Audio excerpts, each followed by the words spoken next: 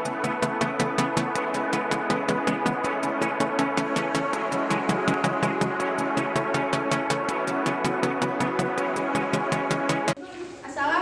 warahmatullahi wabarakatuh. Saya Ita Nur Hadibiati, mahasiswa PPG dalam jabatan 2022 di Universitas Negeri Malang. Pada hari ini, tanggal 5 Oktober 2022, saya akan melaksanakan uji kinerja praktek pembelajaran.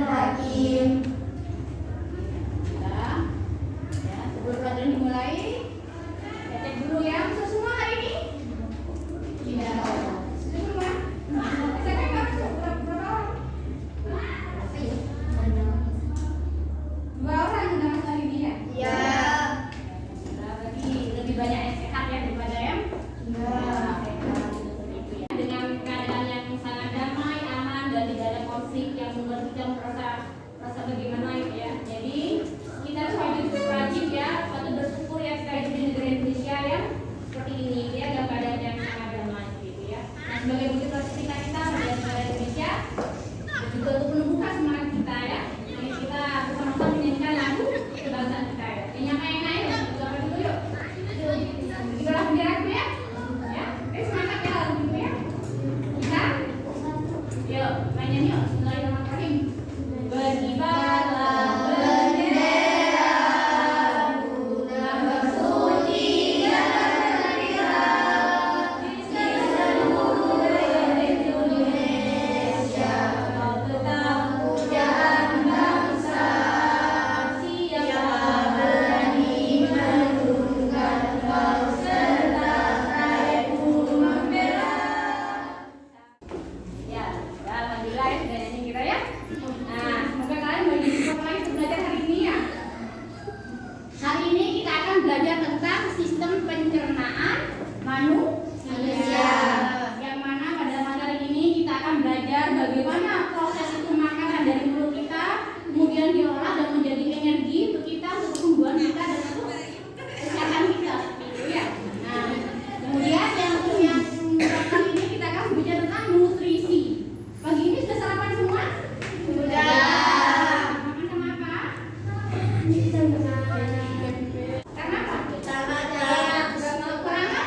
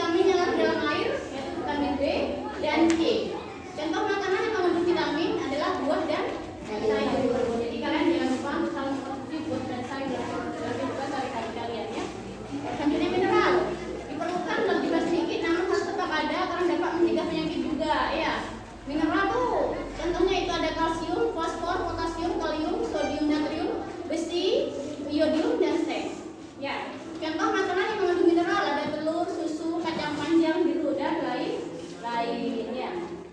Air ya, sekitar 60-70% tubuh manusia itu terdiri dari air gitu ya. Oleh karena itulah kita itu perlu mengkonsumsi air dengan cukup setiap harinya ya. Tubuh dapat kehilangan air karena berkeringat, karena buang air kecil, karena buang air besar, dan kehilangan air tersebut harus segera diganti dengan mengkonsumsi air setidaknya 2 liter per hari atau 8 gelas ya. Seperti itu. Jika tidak maka tubuh akan mengalami dehidrasi. Dehidrasi itu kekurangan cairan tubuh kita ya. Jadinya kita akan menjadi lemas gitu ya. Misalnya kita puasa saja kan kita akan merasa lemas ya, karena kita nggak minum seharian itu ya. Kebutuhan air dalam tubuh bisa juga didapat melalui makanan ya. Jadi kebutuhan air kita tuh bukan cuma dari air, bisa juga dari buah-buahan ya, kemudian dari kuah sayuran itu kan juga mengandung air. Jadi tidak mesti harus minum air di 8 gelas ya. Meskipun memang lebih baik minum air bening ya. Kalau bisa semangka atau ya jeruk apel itu kan mengandung air juga, itu juga bisa dijadikan sebagai pengganti cairan dalam tubuh kita. Gitu ya.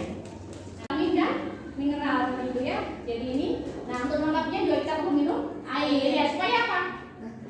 Supaya apa? Supaya membantu proses pencernaan dan kita tidak merasa haus itu ya.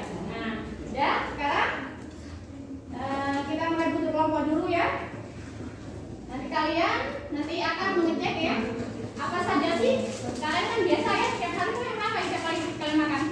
Ada akan mengecek ya apa tadi kandungan dalam makanan yang sering kalian konsumsi setiap hari ya.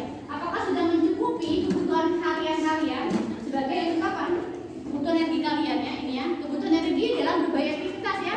Beberapa faktor yang mempengaruhi kebutuhan energi seseorang diantaranya adalah usia, jenis kelamin, serta aktivitas yang dilakukan. Sebagai contoh, kamu kan cenderung lebih cepat lapar ketika selesai melakukan olahraga dibandingkan jika hanya duduk dan beristirahat. Itu beberapa tabel ya, tabel jumlah kalori yang dibutuhkan pada beberapa aktivitas. Misalnya berjalan naik tangga kita butuh 1100 kilokalori ya.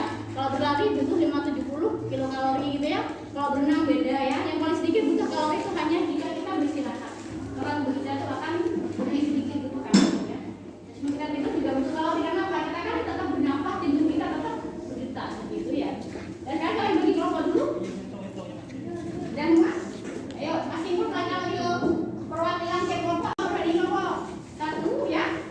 Yang lupa kelompok 1, 2, 3, ya, 4, 5 ya. Kelompoknya sudah dibagi sejak kemarin ya.